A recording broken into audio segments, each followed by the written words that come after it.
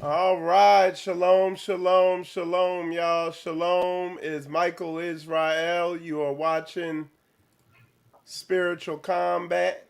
I'm sorry, you are watching Ask the Elect on Hold Fast Wednesday, and we have a very special show for you today.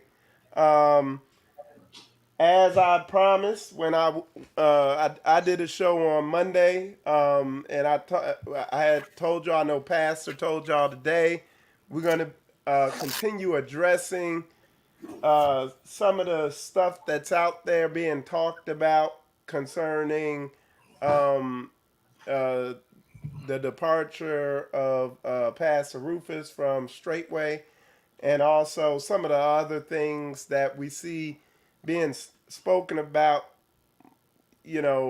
out there on social media and on the internet. Um, one of the points I want to make here real fast, though, I want people to understand is kind of the vein that we're coming from, because I watch some of these videos that some of these guys do out here, and they're demanding an answer. We need to know why y'all did that, this, that, and the other. And what these people out here don't understand is, Straightway, we don't need to let you know anything. We function as a nation. We what you're going to find out here, and that's part of the purpose of what's been done here on this show. We function internally according to the word. All this stuff that we're talking about today had been dealt with way before the feast, and we were well on our way with our lives and everything like that. You know what I'm saying? This being rolled out as a service or a benefit to y'all. But anyway, with that said, I'm handed over to the pastors to give an introduction, and then we'll get into the show. Michael Israel said introduction. I guess we'll just start off. We'll start off with a statement and go ahead and segue off into the show. So, what we are dealing with today is that many people are lacking literal critical thinking skills. The skills to be able to discern, think, and to ask essential questions. Most people don't know how to discern when people are probing beneath the surface of things or flying under the radar of things. If you're going to pursue problematic areas of thought and you're going to be targeting the quality and reasoning of certain things, you've got to use intellectual standards, spiritual discernment, and you've got to have the spirit of truth. So before we get started here, I want to bring something to our attention to the way that Yahshua dealt with things. Most of us have heard the Sermon on the Mount, but most of us don't know what the Sermon on the Mount was about. The Sermon on the Mount was about Yahshua, Jesus, literally blasting the scribes and Pharisees. And I mean setting them straight and flat out in order. That's what it was. Because you see, Jesus and the scribes and Pharisees were on two different sides of the fence. And you know this as well as I do, the scribes and Pharisees were extremely hostile towards the Messiah and throughout his whole ministry. And so what we're watching, like I said in the video today, we're watching the same old card. And you have to understand, most people don't comprehend and understand that a lot of people are being driven because they are showing us who are informed, who are submitted to Satan at his will. And mind you, the world don't give a damn. The world don't give two nickels worth of rat's ass of what's going on over here on the internet, and so-called religious people bickering and arguing and fight. They don't care. But religious people like the modern day scribes and Pharisees. They do. And the one thing about Messiah, with dealing with the modern day scribes and Pharisees,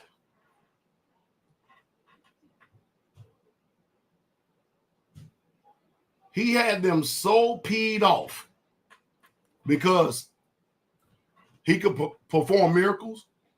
They couldn't. He could do signs and wonders. They couldn't. He could do healings and deliverances. They couldn't. And so they did everything that they could possible to discredit him. And here's the old playbook of Satan right here. This is what he did. The people would brag about how, man, the Messiah, Jesus, he healed that person, or he healed that leper, he cleansed him, or he delivered that person, he cast demons out. Man, look what all he's doing. Wow. He's doing all this miracle, all these signs, all these wonders, great teachings, everything. Then all of a sudden, here come the religious people. Yeah. But you didn't see him over there with the drunks. You didn't see that wine bibber over there hanging out with the, you know, those low-based people over there who are nothing but a bunch of drunks and alcoholics. You didn't see Jesus over there. I seen him over there with them people. Also, if he was so spiritual and so righteous from Yah, what was he doing over there letting that whore bow down at his feet, dropping tears on his feet and taking her hair and so-called wiping it up? What type of intimate crap is that? If he's really from Yah, what is going on? What is really going on? Ain't nothing new under the sun. It's the same old play out of the same old book that's been around. I tell you, we're not that difficult to comprehend or understand. Yah knew that we were so simple that all he had to do was write one book, put all these experiences in it, and we can find ourselves in there. We can always find ourselves somewhere in that book. But the one thing that the Messiah did say was this: woe unto you, you scribes and Pharisees, you hypocrites! For you shut up the kingdom of heaven against men. For you neither go in yourselves, neither suffer ye them that are entering in to go in. Woe unto you, scribes and Pharisees, hypocrites! For you devour widows' houses, and for a pretense you make long prayers. Therefore you shall receive a greater condemnation. Woe unto you, scribes and Pharisees, you hypocrites! For you compass sea and land to make one convert, one proselyte.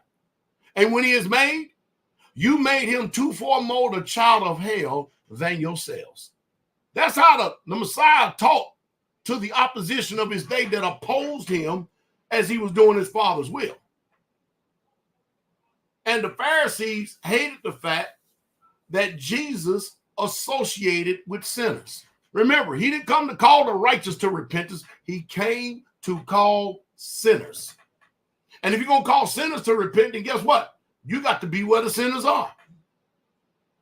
So the king is good. Hallelujah.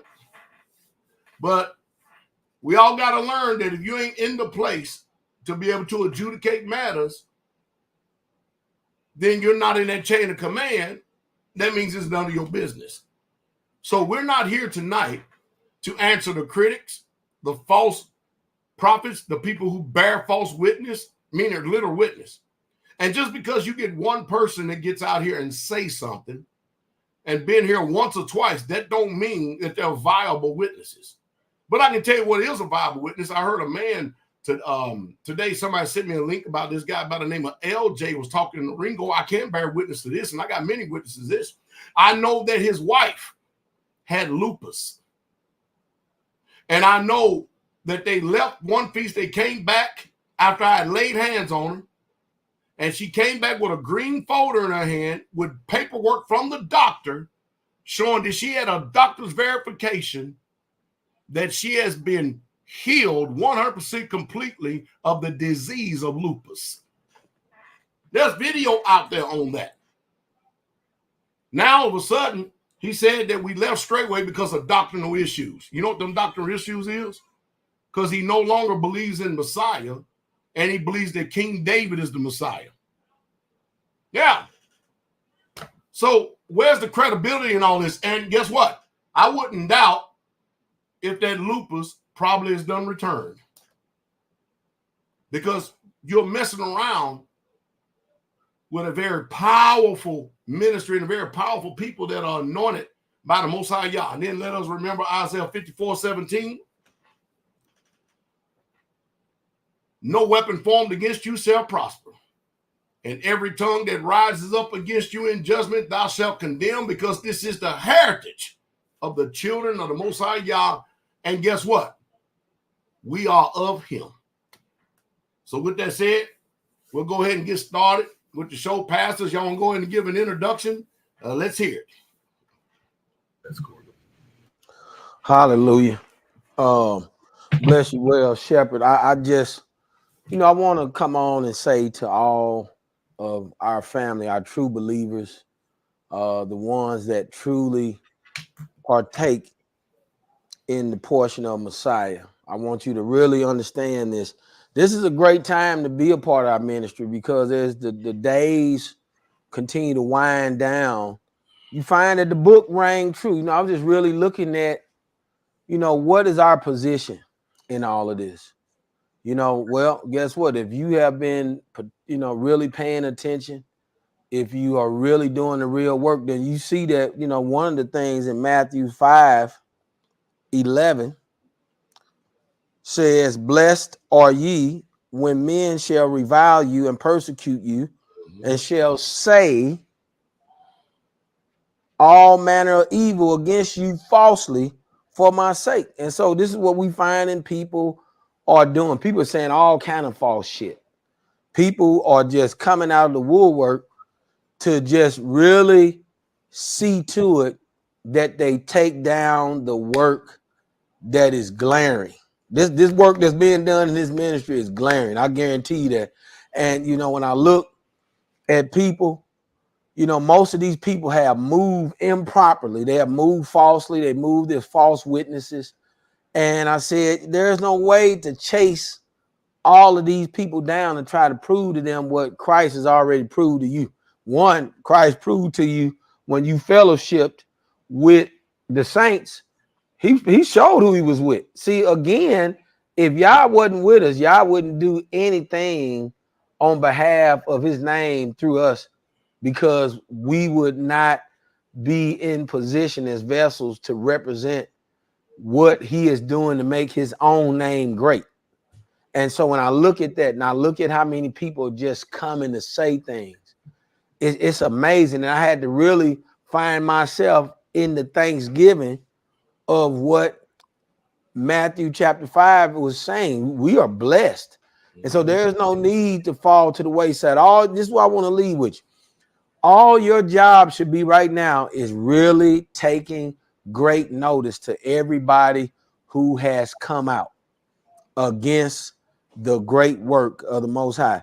Because from this point on, it don't matter what they saying. Believe me, y'all gonna deal with each and every lying voice. You're gonna deal with every tongue that have risen up against us in judgment.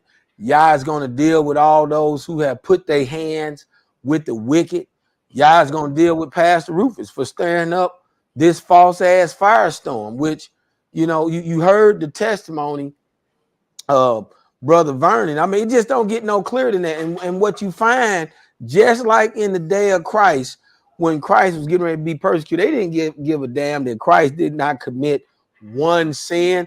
They wanted that work to stop, and they wanted to see Christ burn, because it did damage to their image and what they wanted to do. And so when we look at all these people, Ringo TV and everybody else that's coming out, I've had people I had to delete off Facebook, and I'm just glad, because we know we stand. I didn't need you. You didn't need me. And so I'm just glad where Yah has us, because I am looking forward to the even greater and mightier works Yah's going to work through that man right there, Pastor Charles Dow, and all of us who are following him as he followed Christ. I'm excited, Shepherd. I'm excited for what you're doing. I know you, I see you, your work and your evidence have not changed, because there's no way you have all of these eyewitnesses that are seeing the things that are taking place here. There's no way we had all these eyewitnesses witness, even on the day of testimonies. Y'all show up even in that day. And so it's just greater things that's going on. And all you all don't lose heart. Stand still and know that he's Yah, and watch what he do. I'm looking forward to this. I've been here before, and I'm thankful that I'm here in the midst watching these folks rise up against a small group of people that I know is loving Yah with all their heart, all their might, and all their soul. Israel, y'all stay to the grind. Go to it. Hallelujah. Hallelujah. Bless all y'all, Israel. Shalom, shalom, shalom. Hey, I'm going to keep mine very short and sweet. Both pastors have explained it extremely well, which is, and Pastor did a video about staying focused. Staying focused, okay? Because if you don't see, when you see all of this mess, all of these talking heads, it can become very distracting if you allow it. And it can waste a lot of time if you allow it. And what is really taking place? What's really occurring is it's trying to distract you from doing the work that y'all called you to do. It's trying to distract you from keeping your hands on the plow. We have to remember that we have an adversary, and he will go to great lengths to see you knocked off course, no matter what it is. And we all need to understand the daytime and hour that we live in. That time and hour that we live in is so anti-scripture, because especially when it's dealing with any transgression, especially when it's dealing with transgression that causes you to have to separate, okay, which is basically the same thing as death, okay? Nobody wants to diligently search out a matter like our word tells us, like the Most High's word that he's given to us tells us to do. But the generation that we live in, it's whoever reports something first, okay? Whoever puts something out first, no matter if it's true, no matter if it has any truth to it, that's what people are going to take, and they're going to run with it. And then whoever can put out something first with great volume. So they're loud and they put the most information out that they can. And that's what people are going to take, and that's what people are going to run with. And when you even see in all of this that is come to pass, again, just like Pastor Corey was saying, this is an exciting time. And the reason why it's an exciting time, because, again, if y'all can't clearly see that we are living the book right in front of us, just look how fast all of the enemies of Pastor Dow have popped up. Folk that we've never seen before, folk that we've never laid eyes on. I mean, everybody is keynote experts on the way we live and how we function. But here's the thing. As we know, none of them laid eyes. None of them ever put their hands to the plow. And then the ones that, the very few that say they have any type of eyewitness account or whatever, you see that they've left disgruntled. All I know is this, y'all. Pay attention to fruit. Y'all hear this in this ministry constantly. Pay attention to fruit. And when you pay attention to fruit, it will show you who Yah is with and who Yah is not with. It will clearly show you. So again, this is exciting time to be around. It's unfortunate that it comes with people slandering and gossiping and leaving and doing all type of things and painting pictures. But you know what? The book says, save yourself from this untoward generation. This whole situation, what it should have did and continue to do is make us focus even all the more so and rejoice. Even when folks slander your name, they gossip, they throw your name in the mud, they do all of these things, they threaten you. Just rejoice. Not saying don't be sober-minded and keen, but at the same token, rejoice. Rejoice. So, hey, I'm looking forward to this show. Bless all y'all. Let's ride, Michael Israel. All right. So, one of the things we're going to do is just we're going to be going through some timestamps on a video, and we're going to just show you how people will twist things to make the light shine on them to make themselves appear a certain way. But as you heard some of the pastors say, one of the big things that we keep trying to impress upon you is the importance of witnesses and not bearing false witness, credible witnesses. You see what I'm saying? You got to consider all that. All right, so what we're going to do, we got a video. Umbry, if you bring up the video, go to the 24 minute and 55-second mark. We're going to go into the video a little bit, and just to paint the premise of what this video is this is a video that Pastor did online. Basically, what he does is he goes on these basketball vlogs, and they talk basketball. Okay,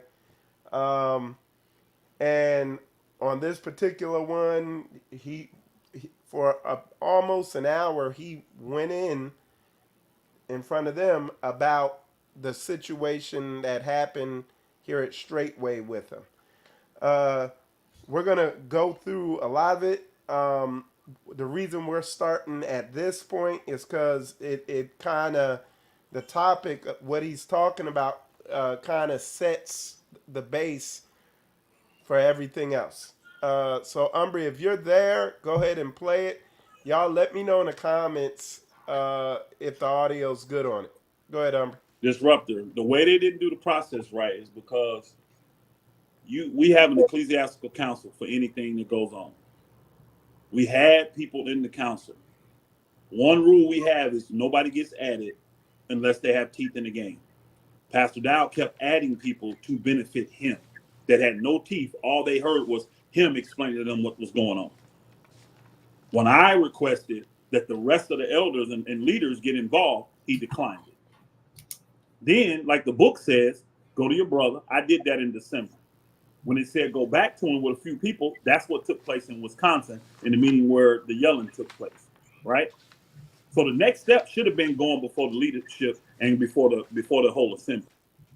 He would never let that happen. Then he manipulated the scriptures in front of everybody and tried to tell people that I was presumptuous in thinking that I could go to him and tell him about this spirit he had. And anybody that's presumptuous is supposed to be cut off from the thing. That's Numbers 15:30 for you people that are scholars that read the book. But at the end of the day, go read verse 22 and read all the way down to the end of the chapter. You will see I don't qualify for that. This is a man purposely breaking Yah's laws, which is breaking the Shabbat. He did it on purpose. He knew he wasn't supposed to, and he did it anyway. He was being presumptuous on purpose. I wasn't. And I didn't break any laws because there's no law to say you can't disrespect Pastor Dow. There's no law to say you can't raise your voice at your brother.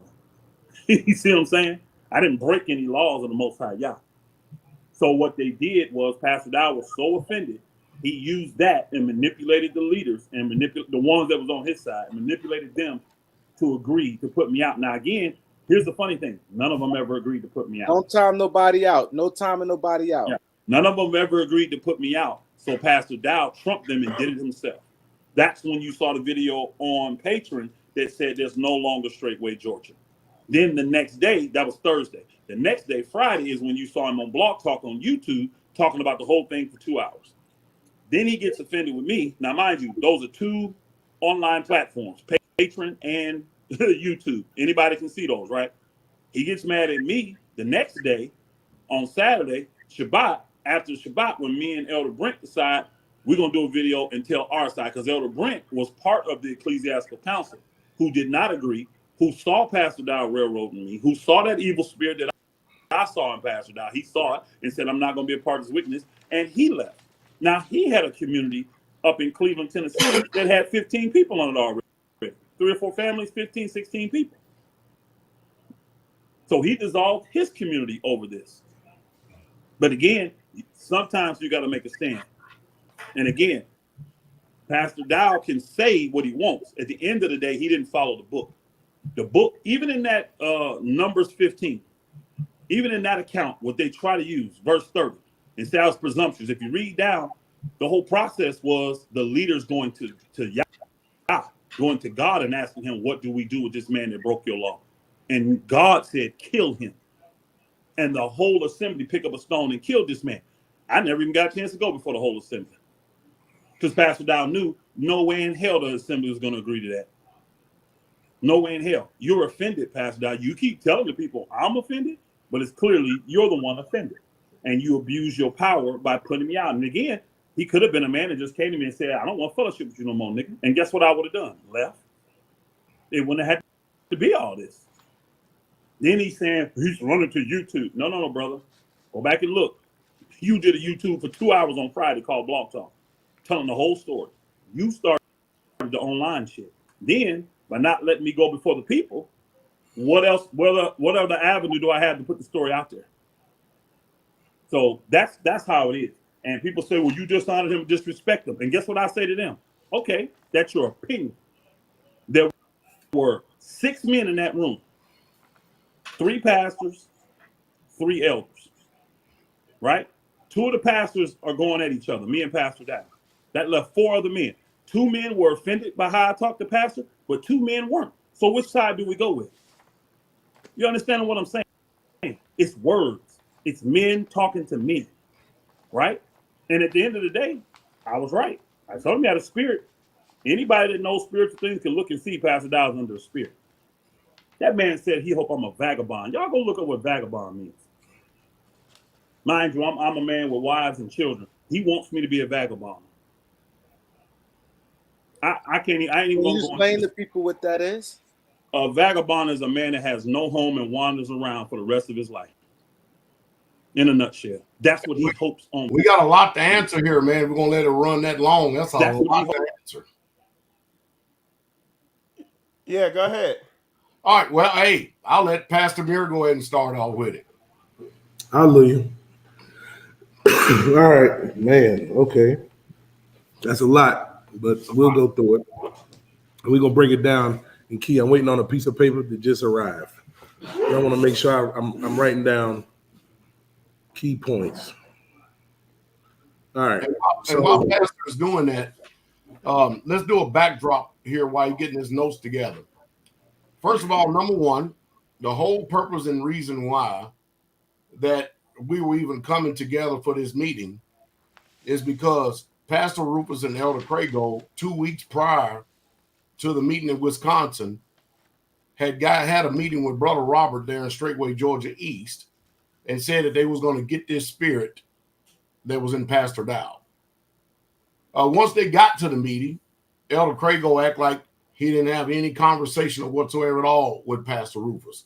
Pastor Rufus acted like he didn't have no conversation. Pastor Rufus was speaking with Elder Crago, Elder Doug, and Elder Mitchell, all of them behind the scenes.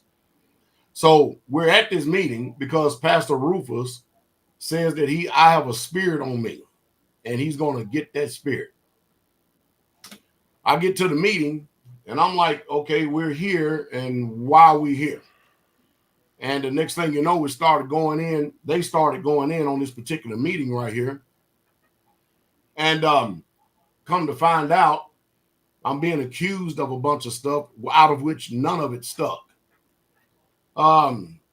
Earlier, before this part of the video that you heard being played, he said that he was speaking to me in such a manner that I was kowtowing down and cowering down inside the meeting up there. So before I go any further, is that true, Pastor Muir? That's very true. Did I kowtow down? Did I run? Did I not speak back forcibly to him? Absolutely. Those are flat out lies. and Go ahead, he's very good at doing that.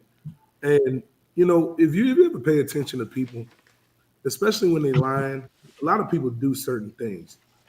A lot of times people may scratch their head, they may look up in the air, but a lot of times people laugh too. And that's one thing you can notice about Pastor Rufus. Anytime he's giggling when he's speaking, he's usually lying. It's very easy to dissect. Okay. But I'm gonna go to straight up facts, because somebody can say I'm assuming that. Okay. Now, he also said that that is our opinion in that recording.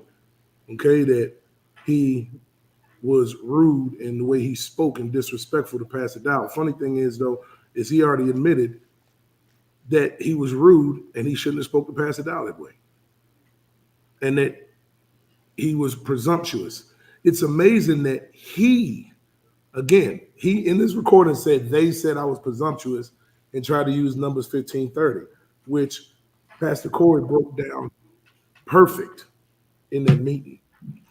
But the thing that gets me about Pastor Rufus is, and see, this is why it's very keen that you always got to listen to what people say. He used to make this statement all the time. He used to make the statement that I would read the Psalms and the Proverbs, and that's what taught me the law of Yah. He said, I read the Psalms and the Proverbs, that taught me the law. He would make that statement all the time. And again, here's the point. He is the one in his video that said he was presumptuous, okay? Mm-hmm. So now I'm going to read what David said. This is Psalm chapter 19, okay?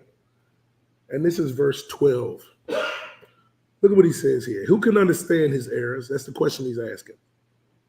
He says, cleanse thou me from secret faults. Keep back thy servant from, he says, keep back thy servant also from presumptuous sins.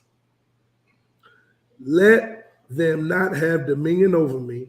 Then shall I be upright, and I shall be innocent from the great transgression. This is what the book say. He admitted that he was presumptuous. Now, I know what he'll do. He turned around and he said, well, you said I was presumptuous, and yeah, I did say that in the video that I was presumptuous, but tell me why I sinned. Well, what's a presumptuous person? A presumptuous person is a daring person. A presumptuous person is one who tempts.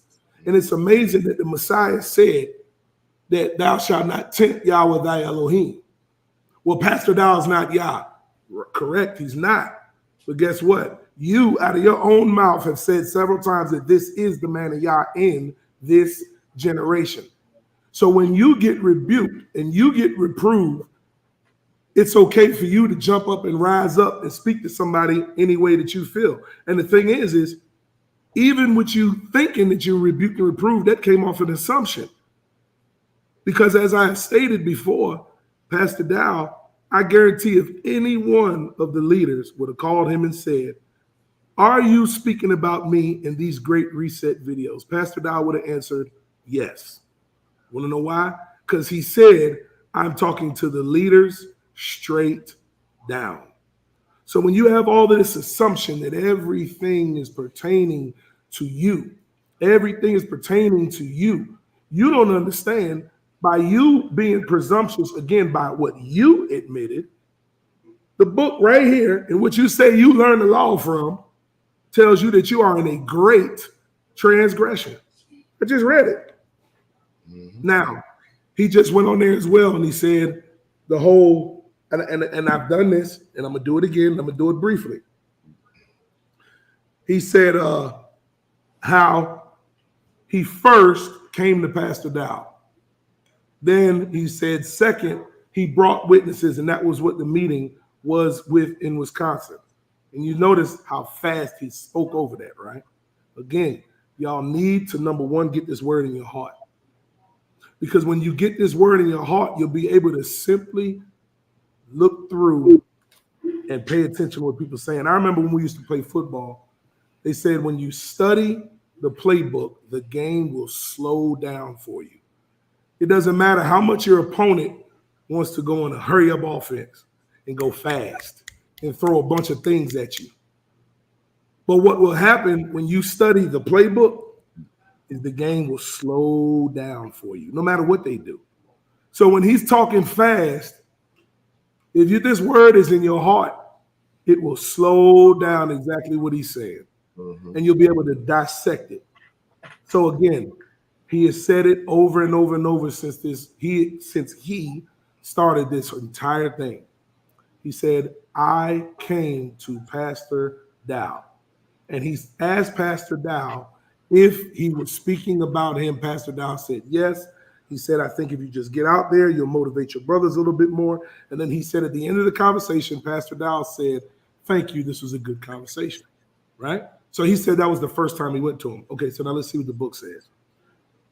Moreover, if thy brother shall trespass against thee, go and tell him his fault between thee and him alone. If he shall hear thee, thou shalt have gained thy brother. Okay, so where did Pastor Rufus ever go to Pastor Dow and tell him, Pastor Dow, you have trespassed against me? Never, not one time. Where did he ever go to Pastor Dow and say, Pastor Dow, I have a fault against you?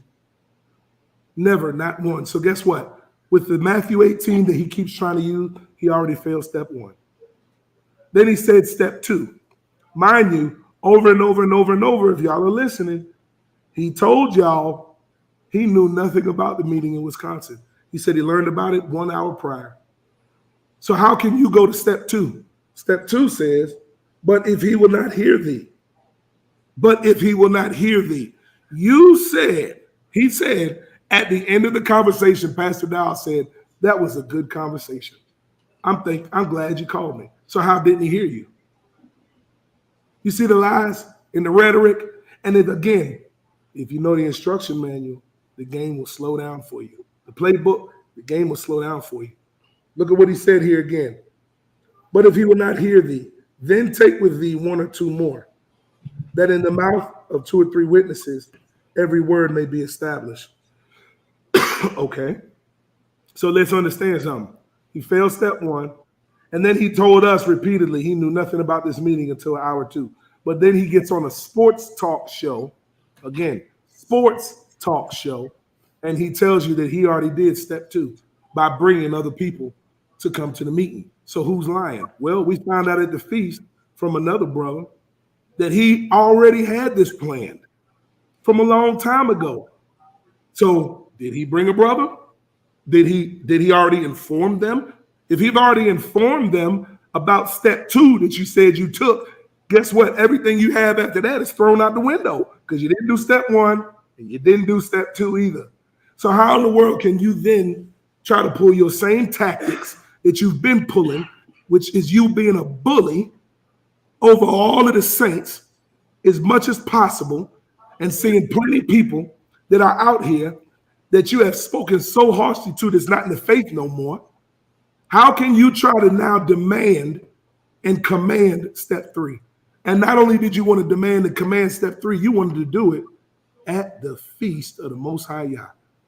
Unleavened bread, which is the Passover. The nerve of this presumptuous, daring, wicked spirit. See? This is almost laughable when this word is hidden in your heart. Again, get the book in your heart. And I'll address the last thing, the whole vagabond comment that everybody seems to be running with. Again, y'all weren't in these meetings. Y'all didn't understand that the first person that spoke up about finding a place for his family to live was Pastor Dow. He was the first person, Pastor Dow. Am I telling the truth? You're telling the truth. Matter of fact, I got a place down there, Straightway, Georgia East. It's a double wide 3-bedroom trailer, plus with also a travel trailer down there that I actually said that would be a place that him and his family could actually go. There you go. And Pastor Corey, you were on that call. Was he not the first one trying to find somewhere for him to live? Absolutely. Yes, he was. Okay, so y'all see that? That's 1 witness. That's 2 witnesses. Guess what? That word is established right there. And there were other witnesses on that phone, including the elder that told him that's standing by him in the video, of which they said they wasn't going to go on the internet about the next day. And guess what that elder said when we started to talk about places where he could live? He said nothing. So the wicked pastor that he called me, the wicked pastor he called Pastor Dow, the wicked pastor that he called Pastor Corey, and all the other men besides one that he says is staying around him, we're trying to find a place for him to go, his family to go, and his family to live. But the one that is now on the right side of him in the video said nothing. He was mute the entire time. So y'all can run with the vagabond comment. Y'all can run with him saying that Pastor Dow cowered down to him in the meeting, which is a lie. Y'all can run with him trying to use Matthew 18. He can't use Matthew 18. He didn't follow step 1 or 2. And guess what? Again, he is presumptuous. And the reason being is this, y'all. The reason why we're talking about this, especially this presumptuous spirit, is especially with men, you must guard yourself against it. Because a presumptuous person is a prideful person. A presumptuous person has no humility whatsoever. A presumptuous person is an extremely daring person that is willing in that spirit to tempt not only his brothers and sisters, but even Yah himself. Y'all better understand what y'all dealing with. Bless y'all. And he also made a statement early on in that recording right there that I was the one that added all of these other pastors and elders to this particular group right here. That's not true. As a matter of fact, I sent a private message to the 5 or the 6 people that were involved up there in Wisconsin. He took that same message and he blasted it out and bought it to all the other pastors and elders in there. He was the one that actually bought them in. And then he plays the card and try to wonder, how did they get in? Am I telling the truth, Pastor Mir? Absolutely the truth. And not only did he blast it, the text came like 11:30 in the night, as well as this text that he texted me 2 nights ago at 3:04 a.m. Boy, I tell you, the book said that the wicked get no rest, don't it? At 3:04 a.m. And the one that pastor's talking about came at 11:30 in the evening, to where my deacon come upstairs wondering what this is.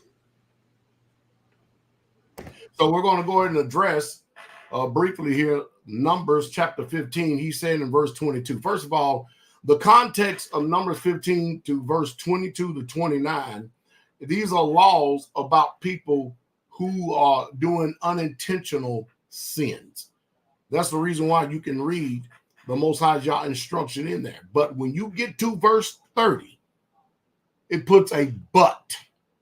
It says, but. That means he's getting ready to change something here. But the soul that doeth aught presumptuously. This is not someone that's unintentionally sinning. This is someone who is rising up. This is someone that is lofty. This is someone who is exalted, kind of like Korah, Dathan, and Abiram.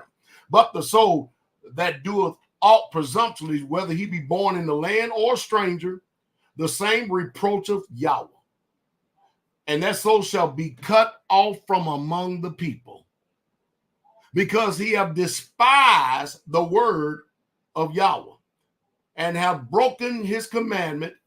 That soul shall utterly be cut off. His iniquity shall be upon him. So when Pastor Mira read Psalms earlier, it talked about presumptuous sins, iniquity, sins. So that right there is the first order of business. Now, it's easy for somebody to get up here and say whatever they want because all you have is just their side of it. Even Elder Crago and all the rest of them that was there, everybody was there and know good and well that Pastor Dow is not going to have no man sitting up there screaming and shouting at him and you're not going to get a return fire. That is a fact. That just didn't happen like this. So I don't know what type of picture that he's trying to paint to the court of public opinion to persuade and sway the minds of the people.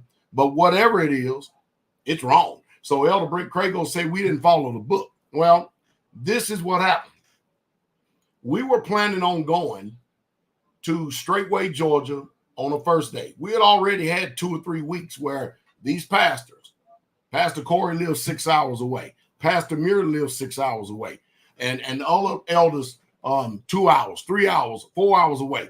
We're doing this every single weekend, all because he has an alt or offense against me that I didn't even know about. And all of a sudden, I become the target of this, whatever this spirit is, which still today can't nobody name. Nobody's found out what it is. But one thing about all the elders and pastors, after much scrutiny, they found out that he was the one. Every finger that he put forth, every finger that he pointed, he was the one that was guilty of what he's trying to nefariously charge me with. So we were planning on going to Georgia, all of us. Elder Mitchell told him we were coming down. He said, for what? He said, well, we still got to finish adjudicating these matters because we didn't finish. He said, oh, no, you aren't. We're not going to have that wicked man, Pastor Corey, that wicked man, Pastor Muir, that wicked elder, Elder Miguel, and that other wicked elder, Elder Rob. They better not come down here, because if they come down here and they step foot on my land, that's what he said, my land, I will call the law for the lawless. I said, oh, you made it easy for me then. You made it real easy for me. So I said at that point, guess what? If those righteous men, which you set up in front of hours and spoke to, if they can't come down there to the land that we thought to be the land of the saints, then guess what? You can't come up here the straight way. We don't play games like that. If the Israelites are not welcome to that land, you ain't welcome to this land. And that's how Pastor Rufus got excommunicado from the ministry. All right. You have another timestamp we need to go on to? Yeah. So what we're gonna do now, we're gonna go briefly to the we're gonna go to the 11-minute and 7-second mark, and some of this you already covered, so it's gonna back up what was already said, but then there's some additional on the end. So this we're gonna listen to about 2 minutes of this. Okay. So I'll let y'all know. But when you get to it, you go ahead and play. Give a shit where he says that. See, he talk all that shit, but see, people forget I've been face to face with him. You should have saw him cowering in that meeting when I start coming at his ass. The thing he got so offended. I can't believe you're talking to me this way. Who the hell is you? Also, you was aggressive, because what they were trying Yeah. to say, because with the Now, hold on, Kareem. There's a difference. There's a difference. Disrespectful. There's a difference. I wasn't aggressive, like fighting, but I was loud like a man. I was talking like a man. Now, I didn't curse him. I didn't use, I don't even use vulgar language, like the F-bombs, B's. I don't use that stuff. So I didn't do any of that, but I did call him a liar because he was lying. I did tell him he had a devil because he's full of a devil, as you can see. I said all that stuff. And he comes, I can't believe you talking to me like that. Nigga, who is you? You just a man at the end of the day. You ain't nobody special. I mean, again, you passed down, but that's it. That's it. You act like I'm talking to Jesus. And I wouldn't talk to Jesus like this, because Jesus wouldn't be full of this spirit that you full of. I really was talking to that spirit. But he got so offended how I talked to him. And then he started this whole plan to get rid of me. And then he got them dumbass numbnuts over there to agree with him. You know what I'm saying? He got them because, again, they had hatred and jealousy in their heart. What Pastor Dow saw was that I was a viable threat to him for no reason at all. Now, listen to what I'm saying, y'all. He saw me as a threat for no reason, because I wasn't. I was trying to lead by example. He saw the level of love that people were showing me, especially when he made me a pastor. He saw the level of love, and he looked at it. It was the same like King Saul with David, bro. When them people came out in the streets singing for King David and said Saul has killed his thousands, but David is 10,000. Man, that shit went to the king's head. Like, what the hell? He got the people singing for him? What's next? The kingdom? And that's what he thought.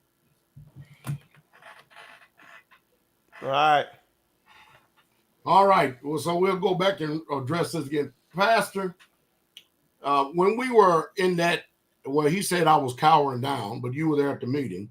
When we were in that shouting match, and that means it was going back and forth. I remember what you said. You said, "What are we doing?" You remember that? Yes, sir. Absolutely.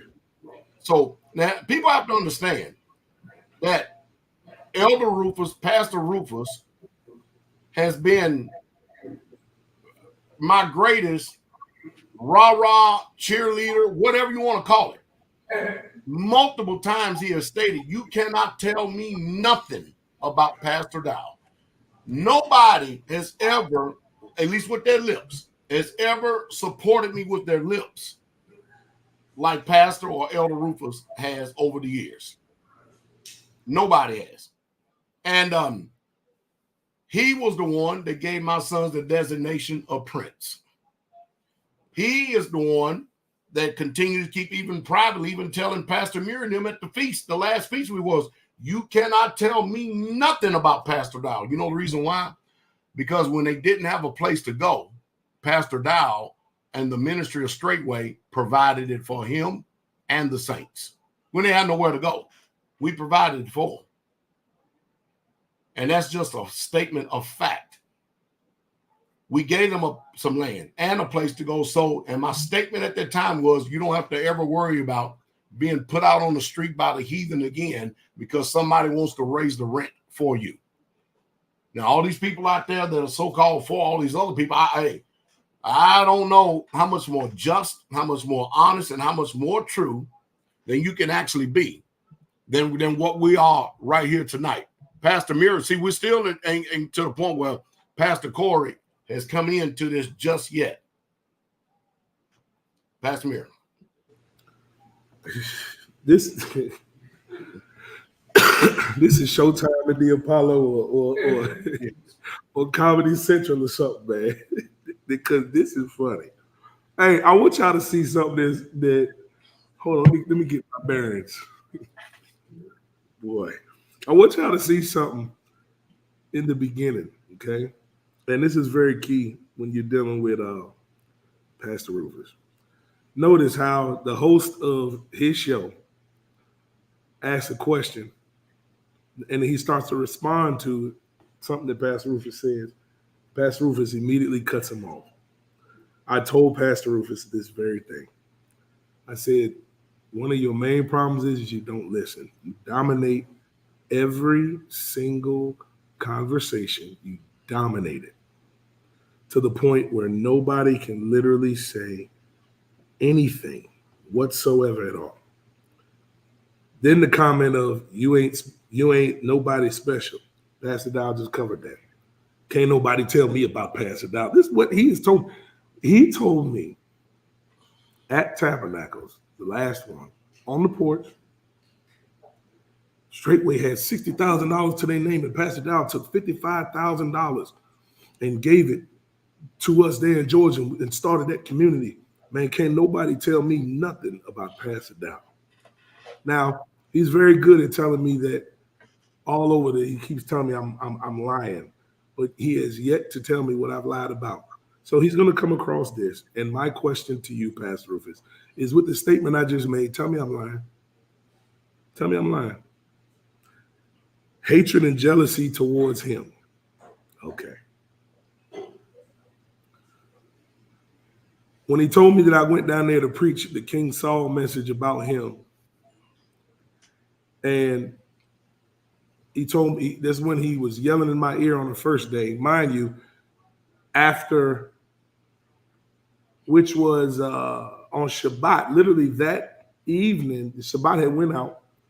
The night before, he was singing "You Make Me Whole" right next to Pastor Dow, singing and rejoicing, only to call me the next morning and literally yelling in my ear for 2 hours, talking about what spirit is Pastor Dow and this and this. That's where I first learned about Jamie, because I never knew who Jamie was, and all of that rhetoric that he was putting out, which proves that he's been talking to Ringo as well.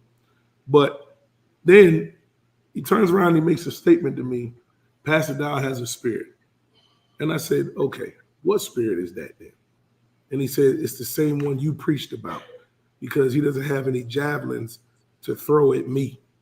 He just has videos. I said again, so now you King David, one. And two, those are assumptions, man. I kept telling him those are assumptions, because what I kept saying to him is, all right, what's the solution? I said, what's the solution? Instead of wasting all this time sounding real effeminate, what is the solution, man? What is the solution? And he never wanted that. It was a slander fest from the beginning. So this whole level of love that the people were showing me and Pastor Dow got jealous of, okay, guess what? You can ask anybody that has been to any feast, any Shabbat service, any time on the land, anywhere. Guess what? I know Pastor Dow ain't gonna say it, so I'm gonna say it. Ain't nobody tripping on what Pastor Rufus is doing. People line up to talk to Pastor Dow. People wait to speak with Pastor Dow because they've seen him for years on YouTube, especially people that are new. They want to come and tell him, man, y'all used you, man, because when you preach this and when y'all used you to speak this and you taught this, man, this thing I started applying and it started changing my life. Well, nobody going to Pastor Rufus and doing that, man. Stop the rhetoric, man. This is literally Def Comedy Jam, man. These comments, man. Hallelujah. Y'all go ahead.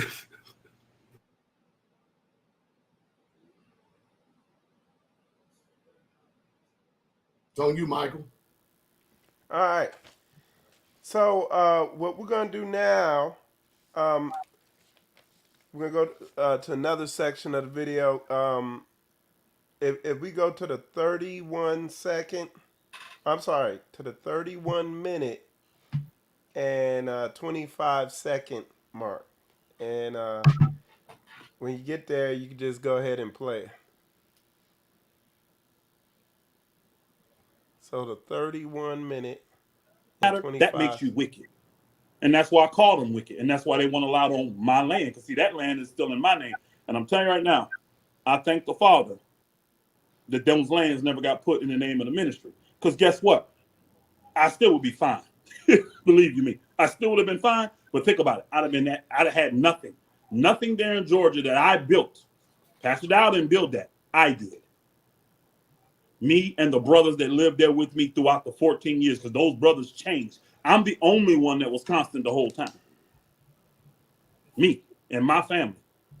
So that's something that the Father put me over to build, right? And if you go back and listen to a lot of old messages, Pastor used to say that the people that are over these communities are the community leaders. Who's ever over it, they run it, not me.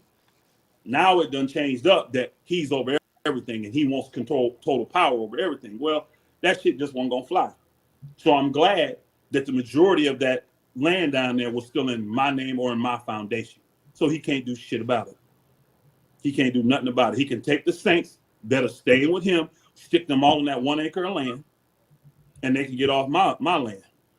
And what I'm gonna do is what they asked me to do, y'all. I'm telling y'all, I don't give a shit what they say. What they asked me to do, because I offered to buy that acre of land. Y'all heard that. I offered him 50 stacks for it. He said no. Now he said I'll sell it to a heathen for 50,000, even if it's worth 150. But he won't sell it to me, right? So I said, if you do this, you can have these lands. If you want to keep these for the saints, since they worked on it, nope. We're gonna go buy our own land. Cool. He said, sell that land and split the proceeds with them brothers down there. I said, cool, I'll do that. And guess what I'm gonna do? I'm gonna do that. Even though some of them brothers have been assholes to me. Hold up. Showtime, what's good? Showtime. Hey, Showtime. Cottage, what's good? Terrence Hill. All right. First off, I got a question.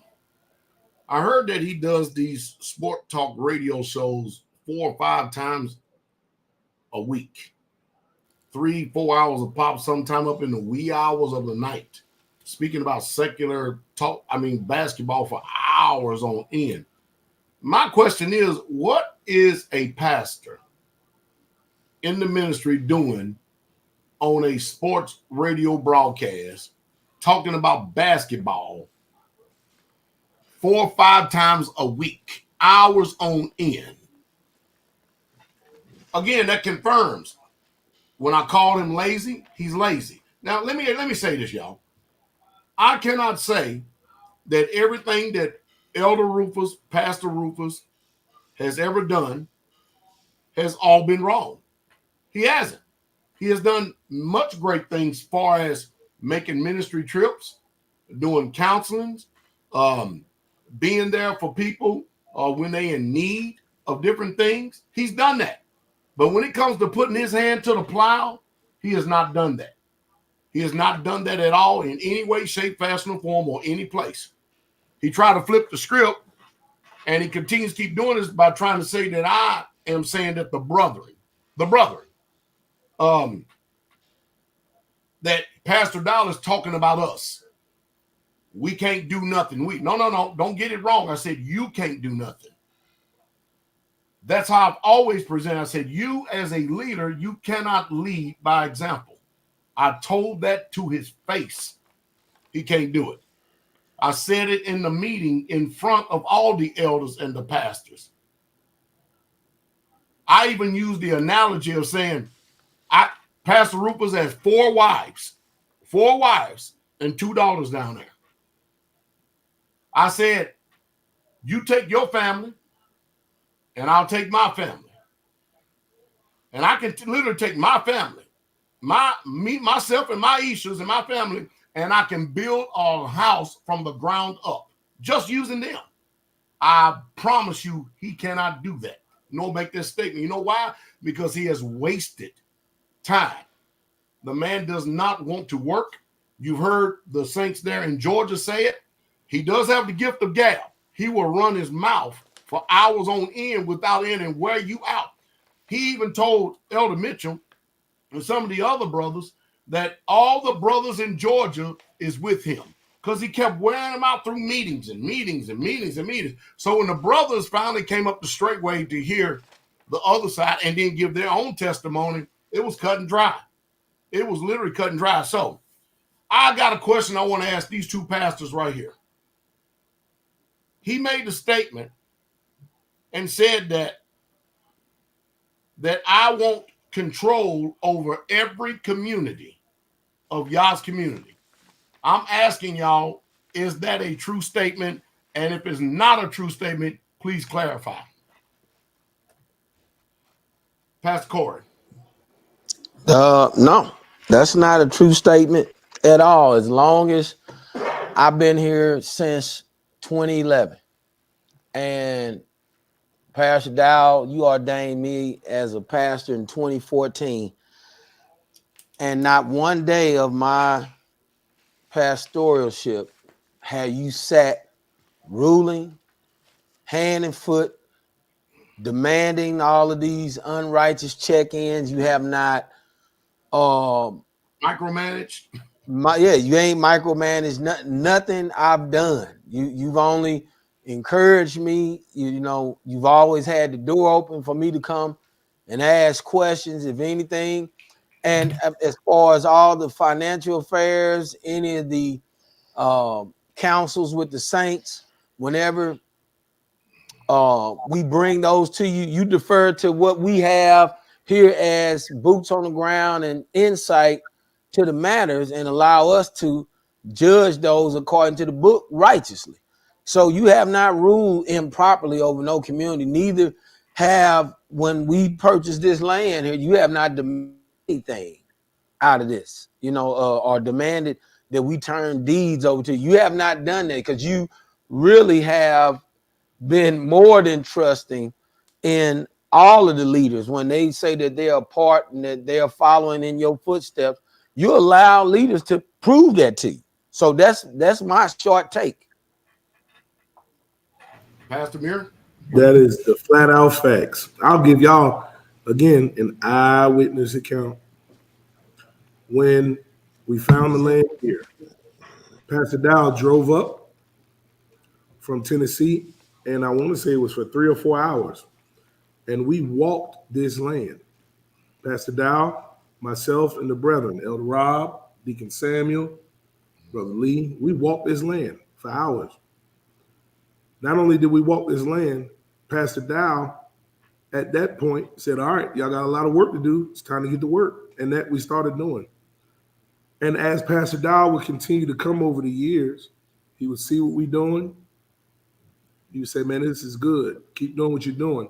And then he would turn around and he would give an offering and say, hey, have you ever thought about this or this? Y'all might need this. Okay.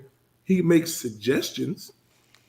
And any wise man, knowing that he's built the community for only over 30 years, would listen to him and not turn around and say, we don't have to do what you say.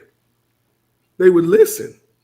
So this whole ruling and dominating and telling everybody what they got to do, that is a flat out lie. And any community leader in this ministry can tell you the exact same thing.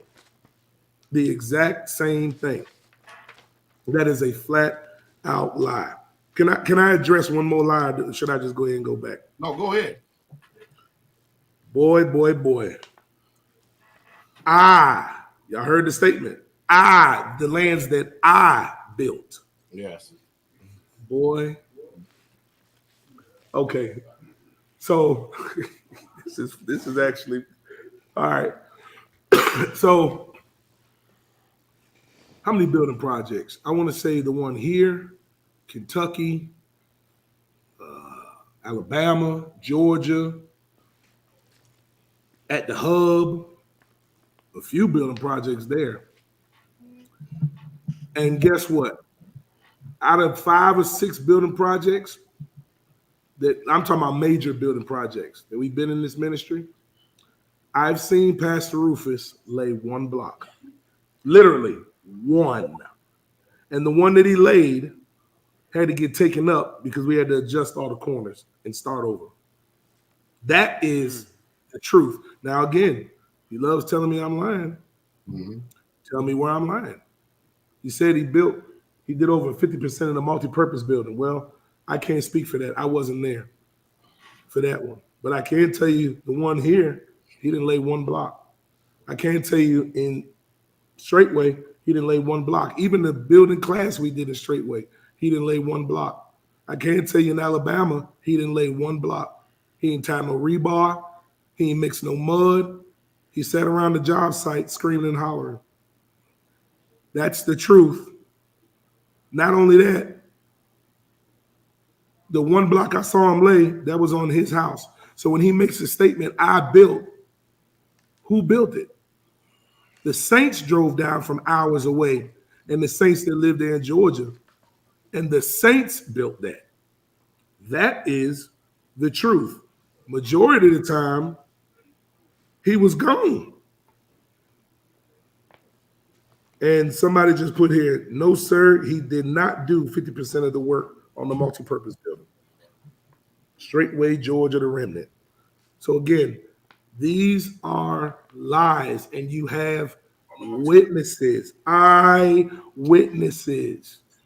So, Pastor, go ahead, Shep. Pastor, now we heard exactly what you said about Pastor Rufus, his work ethic, and what he has done since he said that he built. He said he built that. All right. So my own lips don't say it. Tell them what myself and my crew has done when we traveled from different places to go to different places to help build. Every single job site that we get on, Pastor Dow and the brethren, Pastor Dow, Brother Scott, Brother JC, Brother Brett, Brother McNabb. I hope I'm not forgetting anybody. Teacher Shane. And Teacher Shane. Teacher Shane is going to strike every wall and make sure that job site is clean. And the rest of them brothers going to lay block the entire time, as well as Pastor Dow. Pastor Dow gets to a job site, I usually got to hunt him down to get his pre-wrap and his tape so I can make sure his hand taped up right. But then after that, he hits it. That is the truth. And anybody will tell you that that is the truth. Brother Scott and JC hit it. Brother Brett, they hit the ground running, and will work the entire time and help you clean the job site. That has been an eyewitness account of every single building project that I have ever been a part of in this ministry.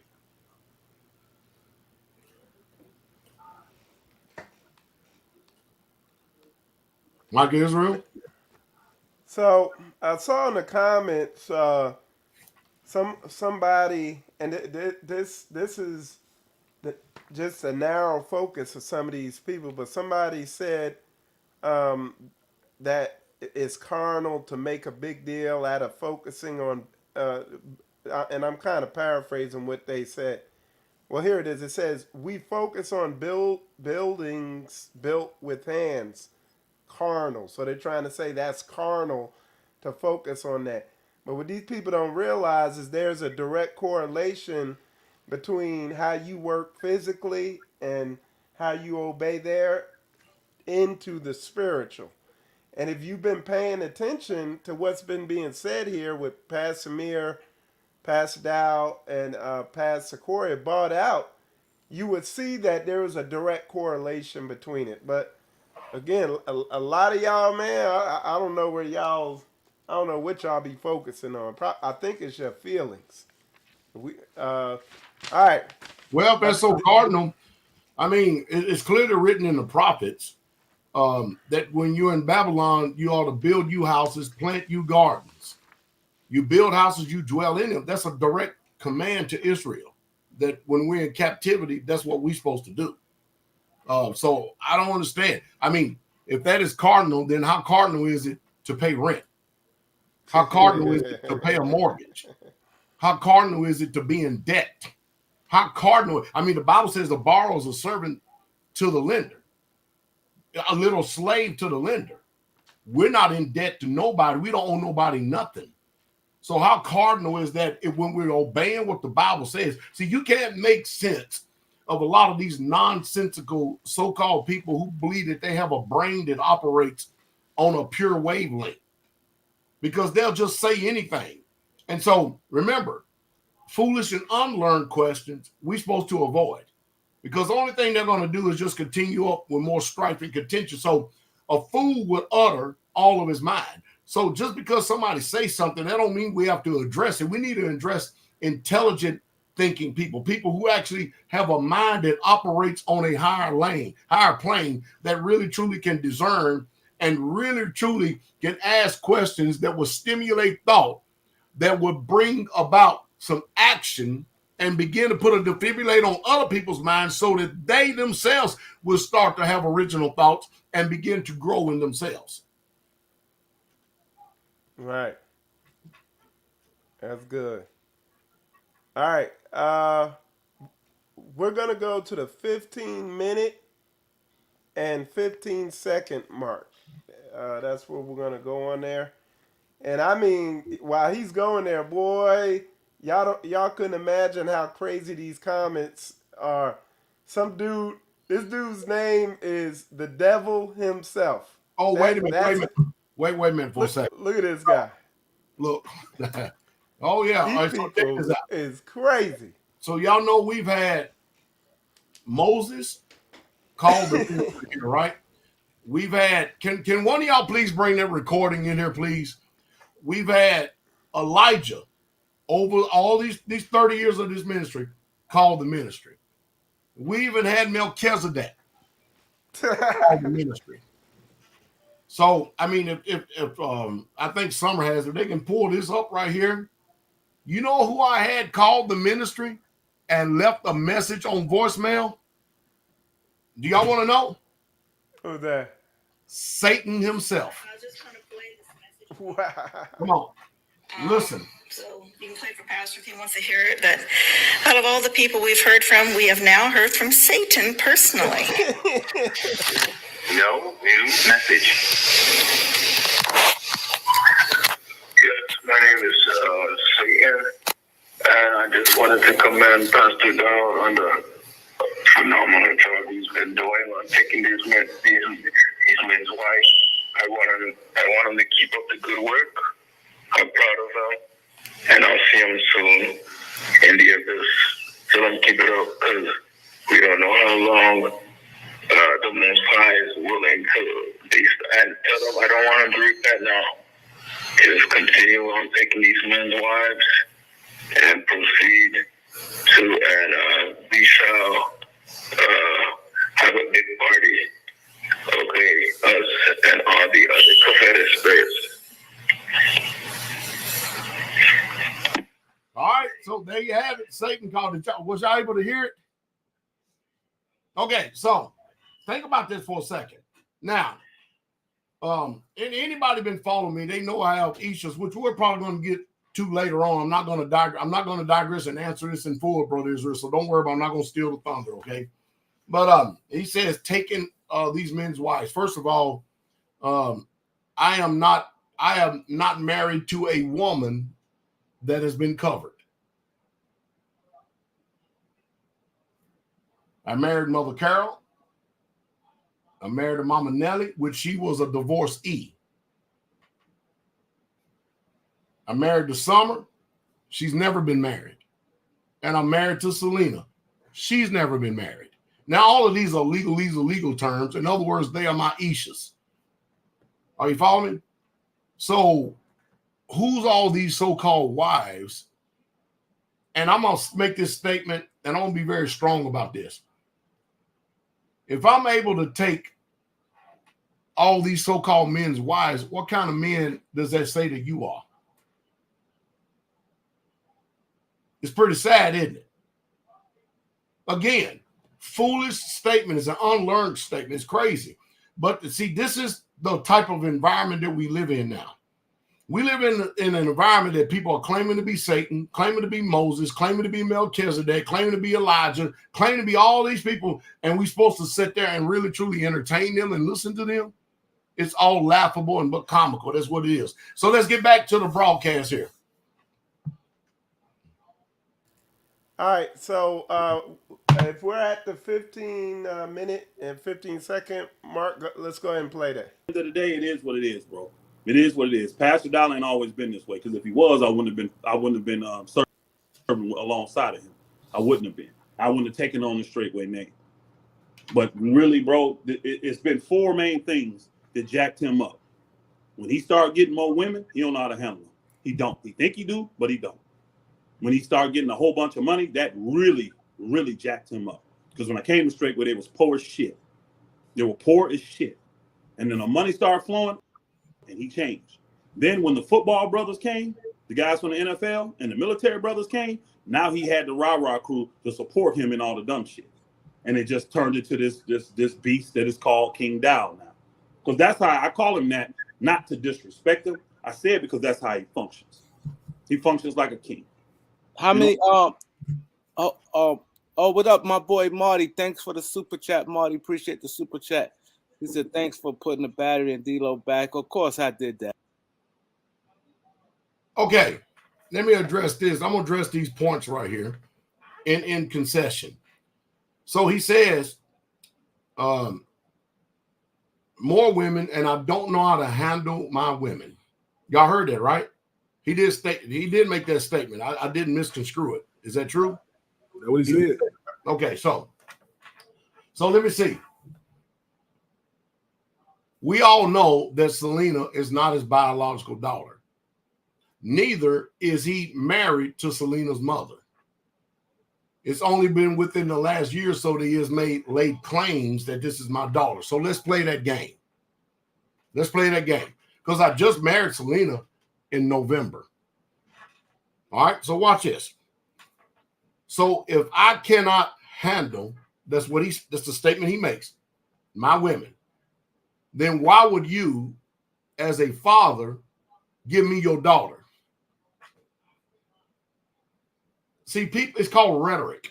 People just run their mouth with impunity. It makes no sense. It's nonsensical. Now, Selena does not look like him, does not smell like him, does not talk like him, is nothing anywhere near the loins of his family at all. It's just a statement that they make because whenever it suits them and fit them, they want to act like that they have a fatherhood or something. Now, Erica is my daughter.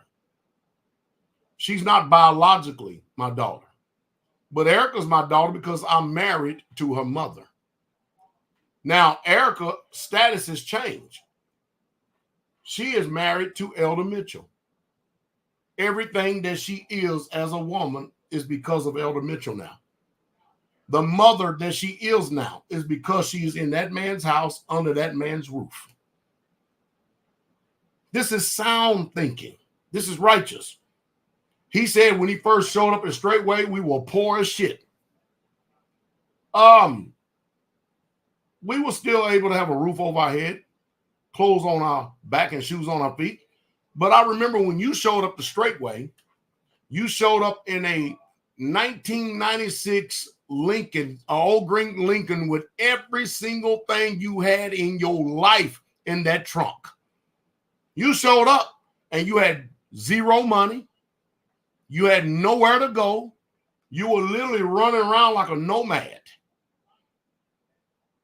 I mean, when you make these statements, you don't think that you're going to be called on the stuff that you, and mind you, you didn't buy nothing in Straightway. Everything you ever acquired in Straightway has been given to you, starting when you come in here to this man right here.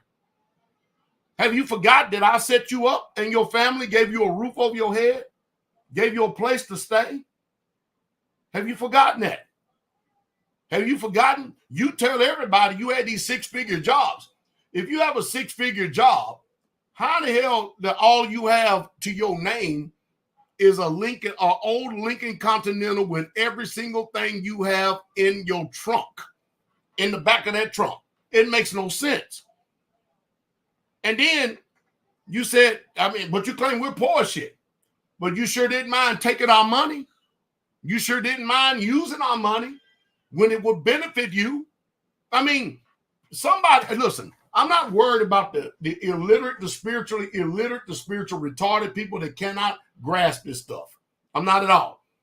But it's got to be sooner or later, somebody's got to see that when you hear his voice, there's some envy in there. There's some jealousy in there. There's some rage in there. Over what, though? I mean, even in the world, there's this old saying, you don't bite the hand that feeds you. I mean, damn. And think about this. I'm a man that never, ever boast about it. He said that when the NFL people and all these other people came here, I had a rah-rah crew. None of them have ever been able to out-cheer you. In any way, man, what you saying?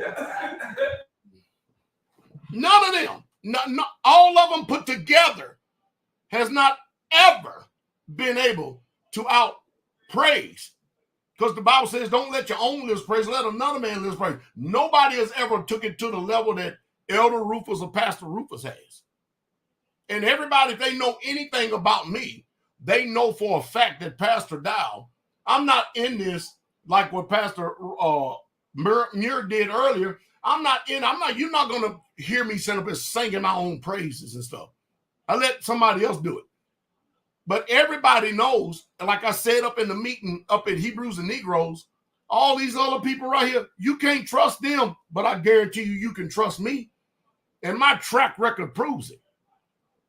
I have given out hundreds and thousands of dollars for the benefit of Israel and never even asked anybody to say a word about it. And a lot of times when I do it underhand, behind the scene where nobody even knows it.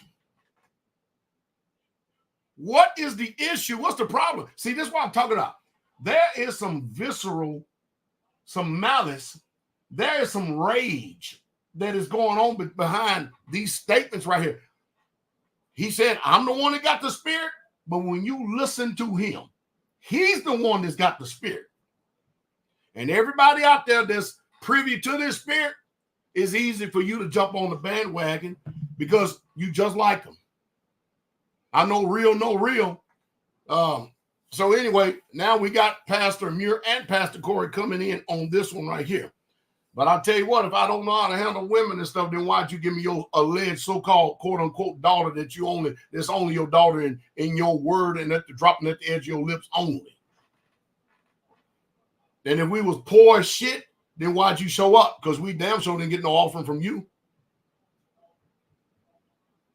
And if When all these people come and all of a sudden they're my greatest rah-rah crew, to me, I hear, even in that, I hear envy. I hear jealousy.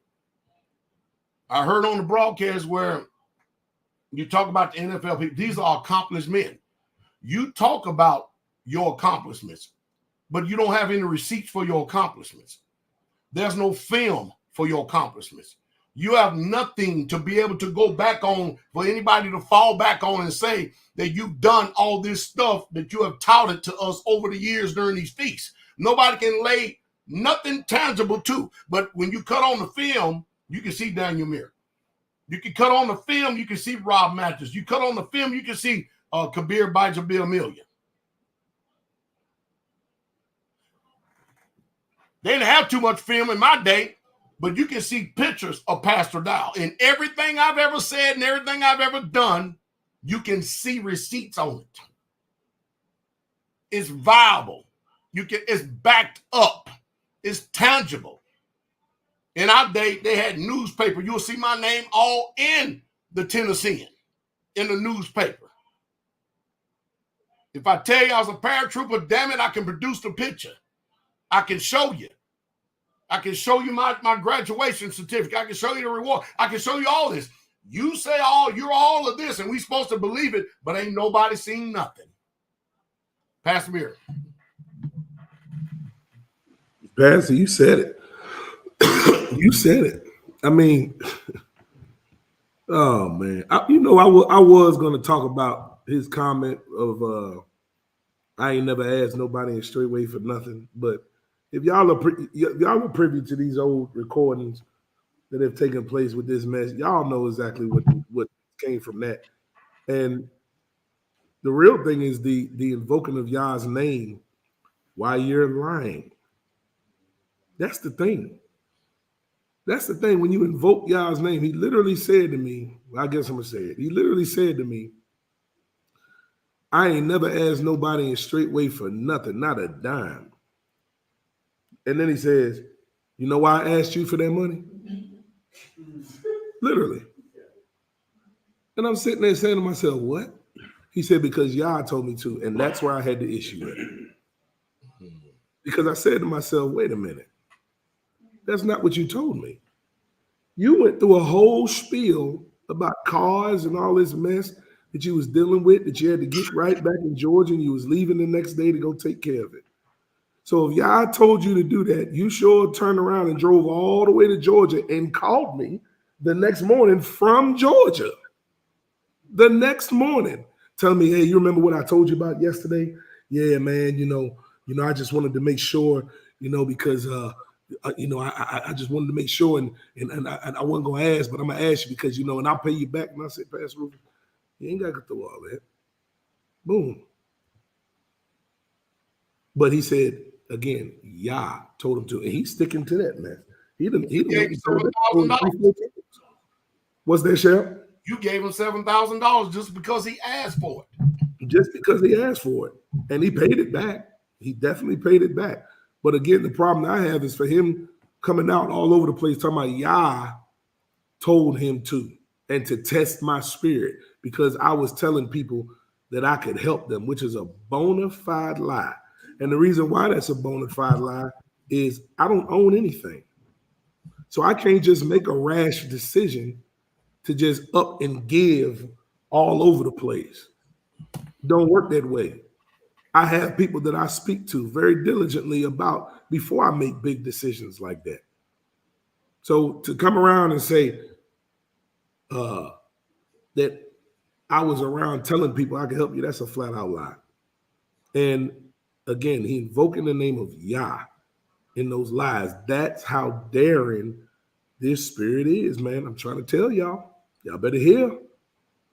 We need to digress here for a moment because he had mentioned Pastor Corey's name and said that he misapplied the scriptures over in Numbers, the 15th chapter, out of which we all know, we all heard it, that Pastor Corey, he was the one that actually brought the law into play. He was the one that actually broke it down to the T in front of Pastor Rufus, in front of all of us. We were there. Pastor Corey laid this thing out beautifully. And at that time, when it was said, Pastor Rufus was agreeing with it when we were there in that meeting. Pastor Corey? Yes, sir. Can y'all hear me good? All right, awesome. So, you know, here's the big thing about, you know, looking at this presumptuous spirit and really just the position that Pastor Rufus is taking. Because I just want to back up just really briefly and say two things. One, Pastor Muir showed that Pastor Rufus never did Matthew 18 the way that it should have been. But when you fast forward back to this presumptuous spirit, which we found several times, especially during the feast with all the people who there seemed to be like all of these little pre-meetings and pre-discussions on what Pastor Rufus was planning on coming to the meeting to do, to embarrass you, to set the record straight with you. And then, you know, as he got into that other meeting with you all and he raised his voice, see, this is what everybody is missing. Everybody's missing the disorder.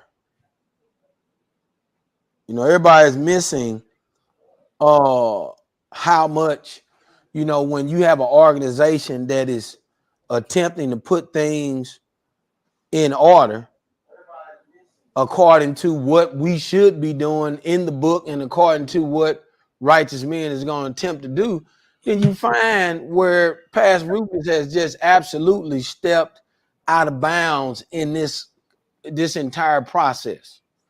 You know, I'm not going to go there, but I already got his voice queued up, you know, but, you know, he mentioned a while back, you know, when you played it, Michael Israel, about how you're supposed to have all of these, you know, this entire council being a part of this. And one, you said you didn't want everybody there. Then you said you wanted everybody there. Then you said I wasn't supposed to be there because you mentioned not having teeth in the game. Then I got you on tape saying all I need for you, you know, when judgment comes. Then you asking me to make sure I judge righteously. See, the whole thing that all of y'all missing is that this whole time, Pastor Rufus has been double-minded. You have been backwards in your whole approach. If you was trying to win, you know, favor and be in line. But here's the big thing. Since you had all these meetings with Straightway Georgia, and then the attempt was to come down, since you have talked to them, and it was the attempt of those who sat in judgment with him to come down and be in front of Straightway Georgia. So now everything that he said, we can prove that he had no witness so that we could move forward and show just how much you moved in a disorderly manner. And the word said, if anyone among you walked disorderly, had no fellowship with him. No fellowship. That's what the word say. So when y'all don't know what it is and all you doing is talking, I'm looking at all the dumb ass shit, dumb comments. It showed me how dumb black people are. You black Hebrew Israelite niggas, how y'all don't think and your mind just don't operate worth shit. And it's just amazing because you get mad because you got somebody to tell you off. Ain't nobody gonna stand down because we know what we doing. We know what it is. That's why, think about it. You got all of these brothers and sisters and mothers that have lived and been around and so-called have watched Pastor Rufus' footwork, and you've preached to them, and you've had Q&A, you had all these things that is supposedly represent how much you are with the ministry. Well, guess what?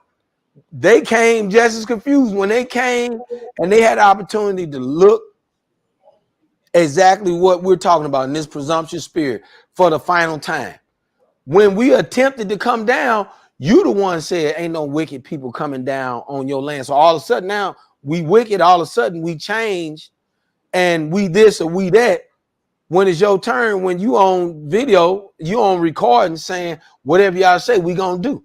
Well, we you know why we arrived to that, because in the meeting when you came down the straightway, you had no witness for nothing you say. So in righteousness, if you don't have nothing to stand on and you coming this hard, that has to be dealt with, because even the book says, he said, receive not an accusation against the elder except by two witnesses. And if we have two witnesses, it says rebuke him openly. So we was coming to Georgia to follow at least what we know, in the attempt of all the deflection that he was doing, we was attempting to come down and handle it in that capacity, and not in the capacity where you still trying to dictate through this whole process. And that's what all you damn fools don't understand, because you just running your mouth. And I just want to say that I don't have a lot to say to add, because people just want juicy ass information. And I ain't gonna even go there on this broadcast, because I'm telling you, these folks, they just don't make sense. And Pastor, I can vouch, because again, I wasn't even involved in none of this. And when I look at the whole process and I look at how improperly Elder Brent ran out, and when you look at presumptuous and you look at it from the base of Hebrew, and you look at it being boldly defiant, has not, when I look at this process, have not Pastor Rufus been boldly defiant in the things that he has tried to dictate? There's no place among the body. There's no place among, I don't care when you got ordained, there's no place for you to set that type of tone and example when you know that people are following those who are setting examples out front. That's all I got, Shep. Michael Israel, let's go on to the next one. You can't come behind that. You can't. All right. So now, like I said, I see y'all in the comments and everything, and we were talking about some of this stuff, or I talked about some of this stuff on my show on Monday, and a lot of people were like, "Oh, Mike just ducking." They were saying, "Oh, you're avoiding questions." No, I told people, look, we're gonna have all the pastors on here. Ain't nobody ducking no smoke. We're coming straight down the middle. You know what I'm saying? And as you can see, you're getting those answers. So now we're gonna get into probably one of the topics that became, I guess, became the main spotlight topic out of this whole thing. And it's just another distraction, you know what I'm saying? But we're going to bring light, and we're going to educate those who have, ears to hear and eyes to see. So, as y'all know, a lot of this stuff really got pushing because some dude was just in here asking. They act like we're scared of somebody who makes videos or something. So there's some dude, I put it up here, some dude named Ringo or whatever. And I said on my show, the dude, if you have discernment, you can see the dude is kind of effeminate. But yet a lot of people deem what he's saying literally as written word. That's how they're acting. I just saw somebody come in here and damn near demanding, are you going to respond to Ringo's stuff? Look, y'all got to discern who's talking. Now, I'm going to put on 30 seconds of this. Okay, this is a music video on this dude's page. Now, now check this out. Now listen to this.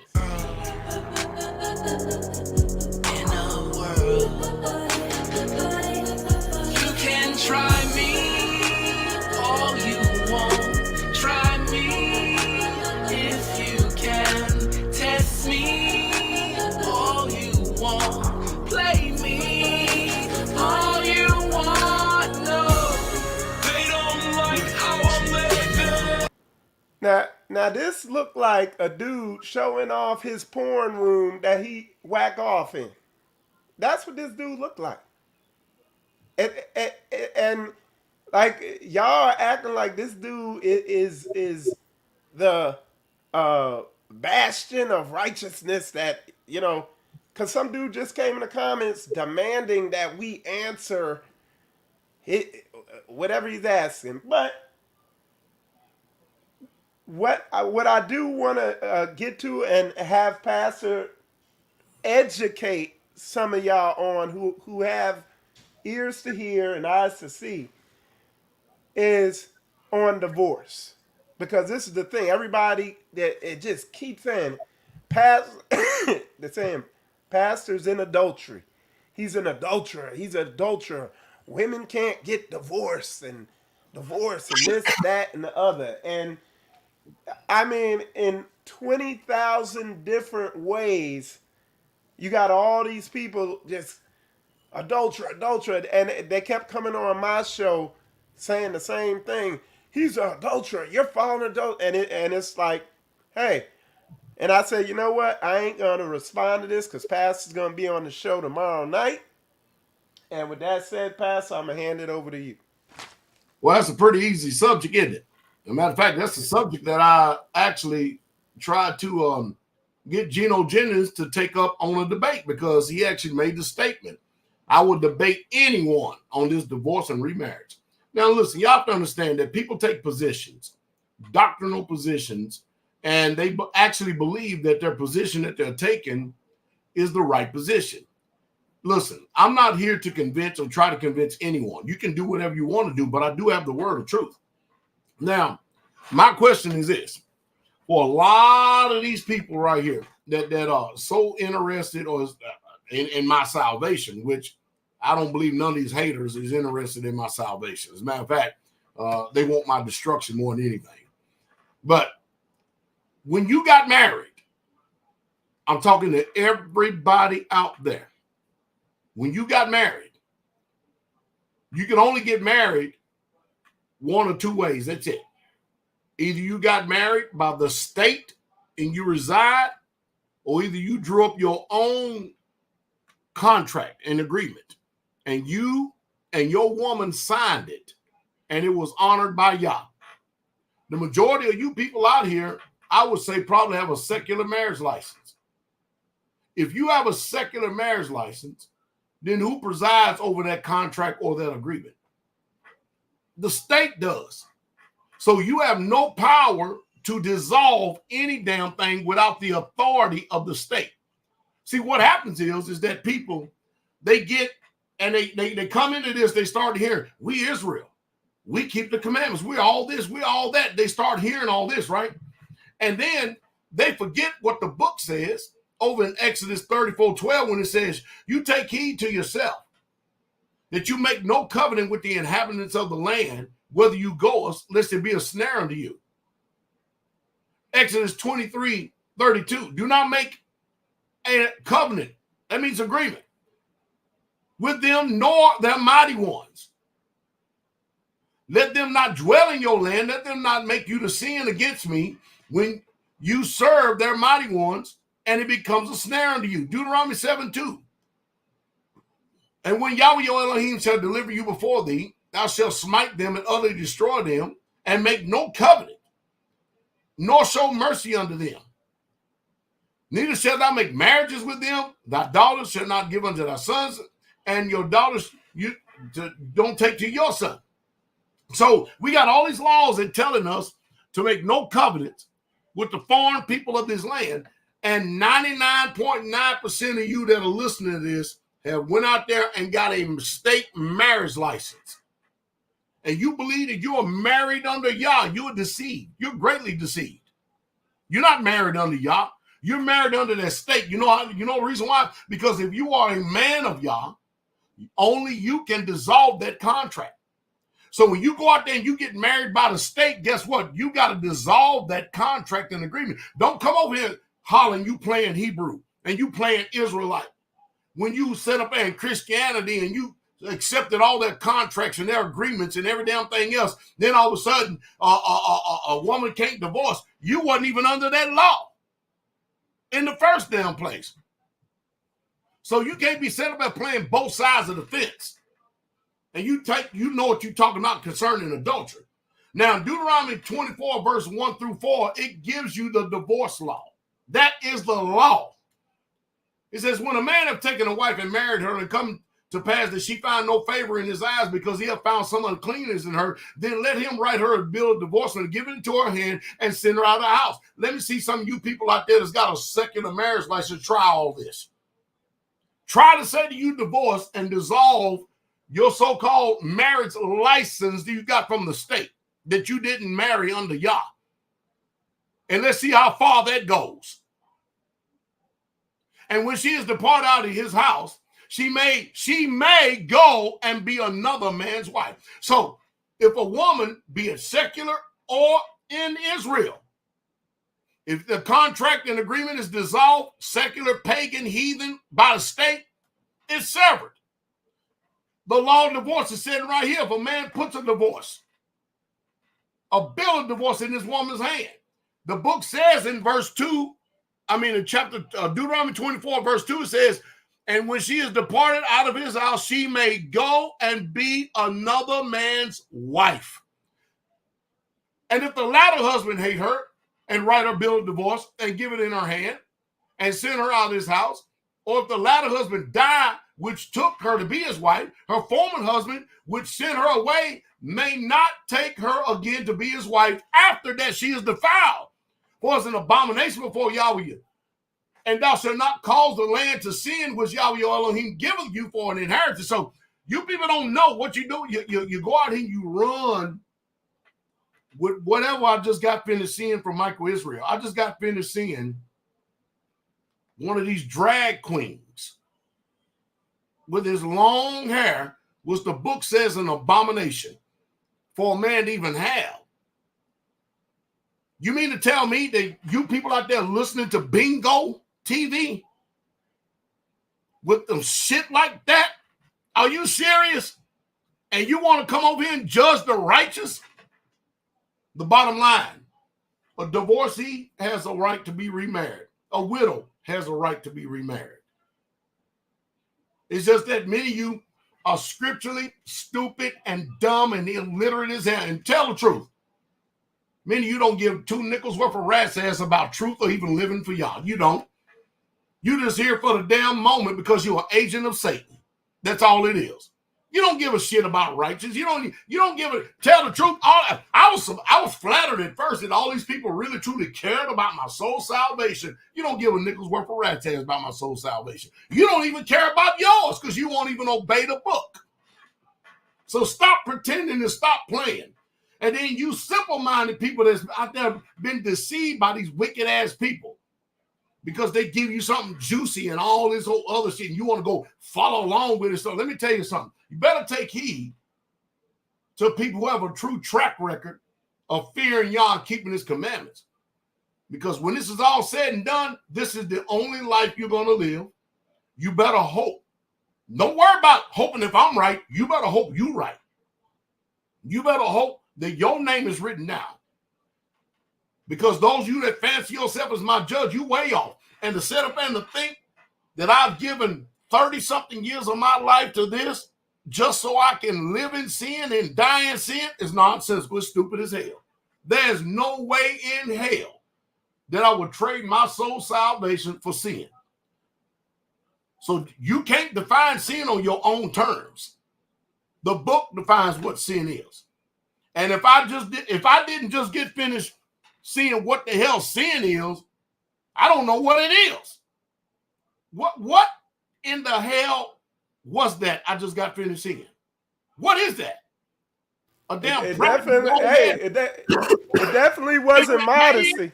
That's an effeminate maniac. Anyway, Pastor Corey, Pastor Mary, I'll go ahead, man. That boy got that, he got that Kirk Franklin lip gloss on in that video. That's exactly what he had on his lips shining. Boy, I tell you, don't play that Starburst no more. Mm-mm. And that's my thing. It's like you nailed it, Pastor. Because these people, they expose themselves just in even in their little videos they do, because he trying to hold you to the letter of the law. But I mean, just that video right there. What happened to modesty? What does the word say about that? You know, I mean, what happened to modesty? So you got to try to make it make sense. But um, Pastor, did you have anything else? Me? Yeah, did y'all have anything else, or did y'all want to go into anything else? Well, I think that more than anything is very important. Y'all have to understand, first of all, as straightway, all right? I don't give a nickel's worth of rat's ass about the court of public opinion. I don't. It's still not going to stop us doing what we're doing. We are free people. We're under Yah. We're keeping his laws, statutes, and commandments. We're still continue to keep growing. We're still building. Our children are free from his wicked system. It's the same message that has always been from old. Come out of her, my people. Come out from among them. Be you separate. And, hey, you can see, man, have y'all seen how much my name is actually out there in the front of the title of almost all these videos? Pastor Muir said to me, he said, man, I can't believe all this stuff is in my feed. I personally am thanking the Father that even though it's mentioned in falsehood and lies, I'm just glad that it's being mentioned. Because I taught y'all over the years that all publicity is good publicity. Most people can't take it, but all publicity is good. Why? Because your name is out there. Because you're going to get some intelligent people that's going to probably run across this feed, this video, and run across some of the other ones. They're going to do their due diligence and check it out and find out, you know what? By their fruits, you're going to know them. Pastor Rufus ain't got no damn fruit. He said it's so much fruit. Where's it at? Show us all the fruit. Show us all the fruit.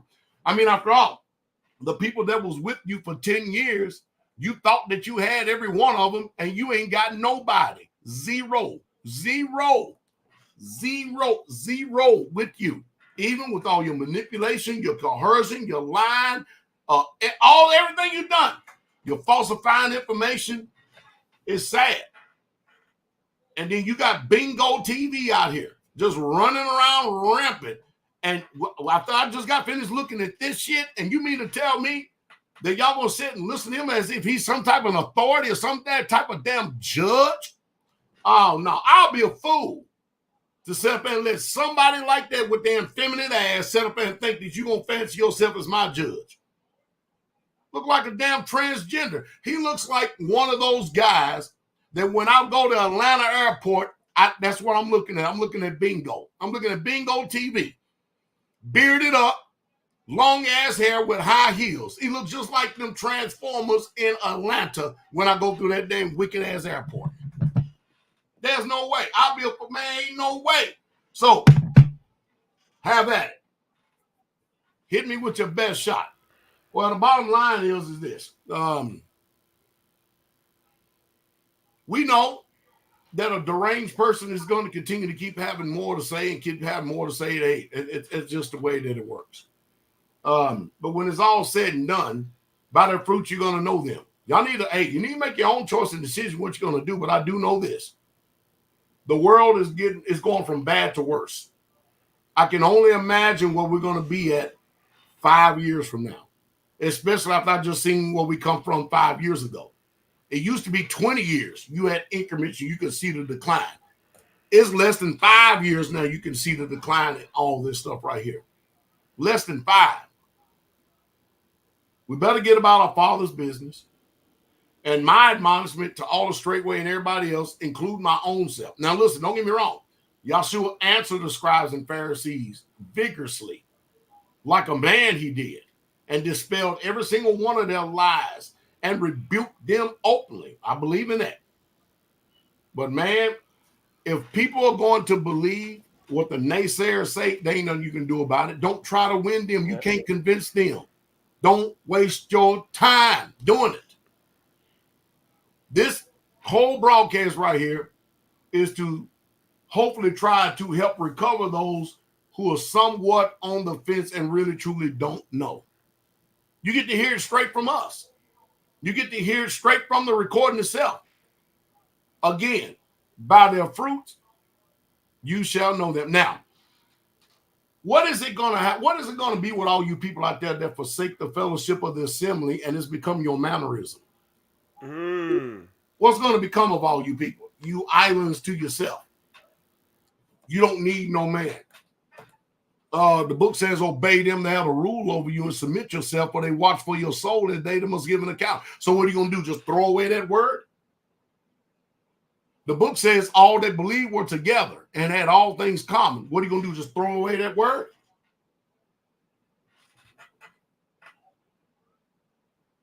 I'm telling y'all, many of y'all playing around with your souls and you're on the wrong side of the fence. It's the same. It's a really a shame. It really is. So I'll give Pastor Muir and Pastor Corey the last word. I'm done. What y'all got? Praise Yah. Hopefully, like Pastor said, that y'all got some clarity tonight. I know one thing. We got too much work. We are coming up.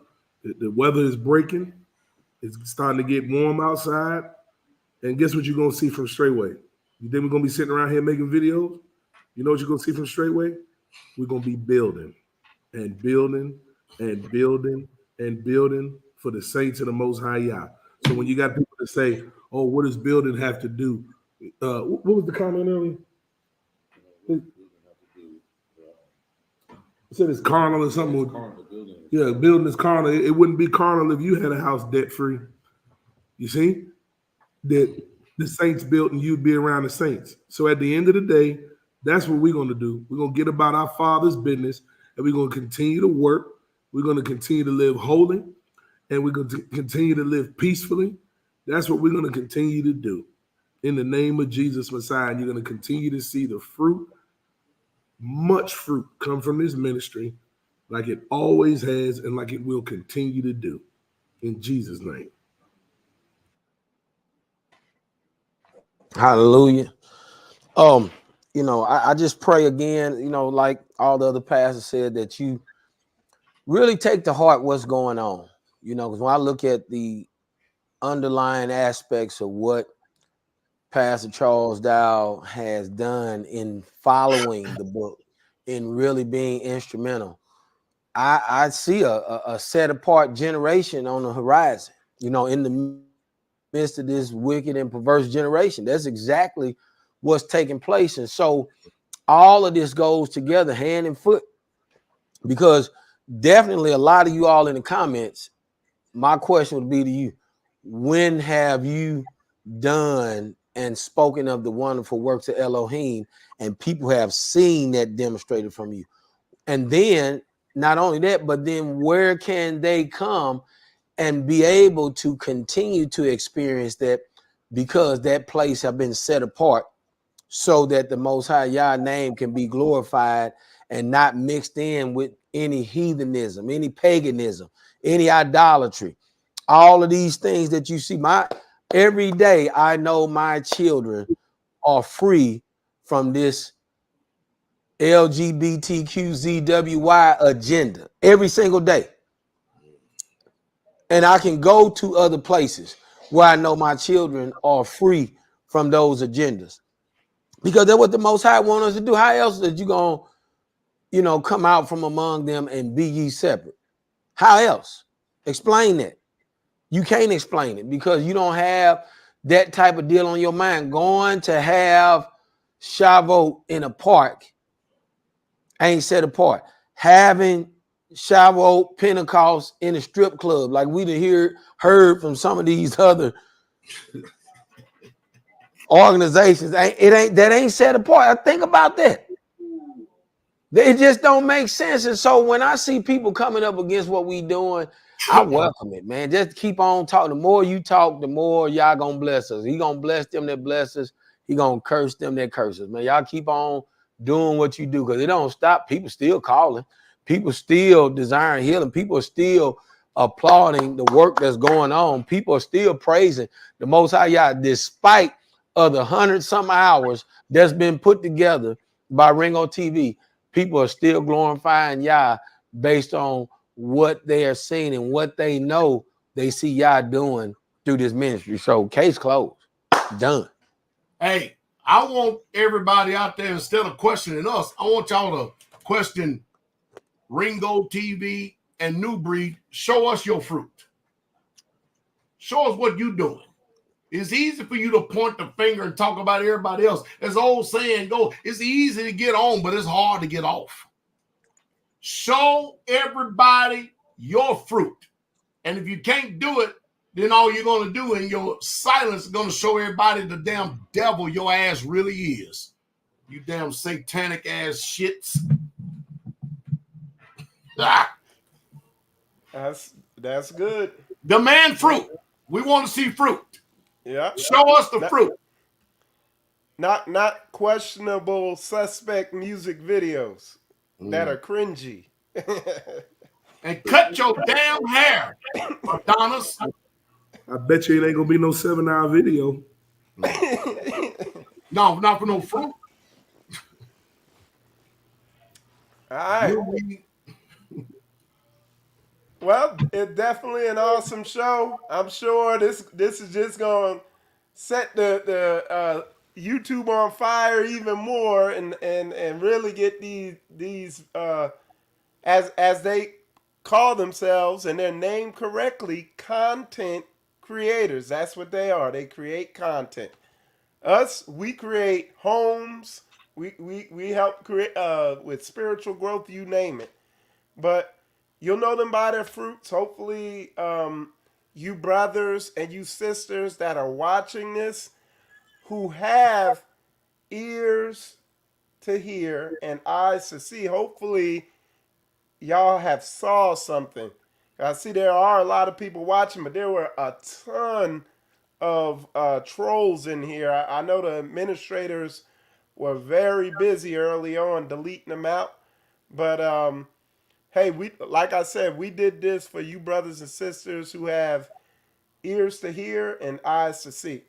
So anyway, with that said, definitely share this. I already know it's going to get straight back to whoever might need to see it. And with that said, you are watching Ask the Elect on Hold Fast Wednesday. I'm Michael Israel. You are listening to Pastor Dow, Pastor Corey, and Pastor Mir. And with that said, shalom, shalom.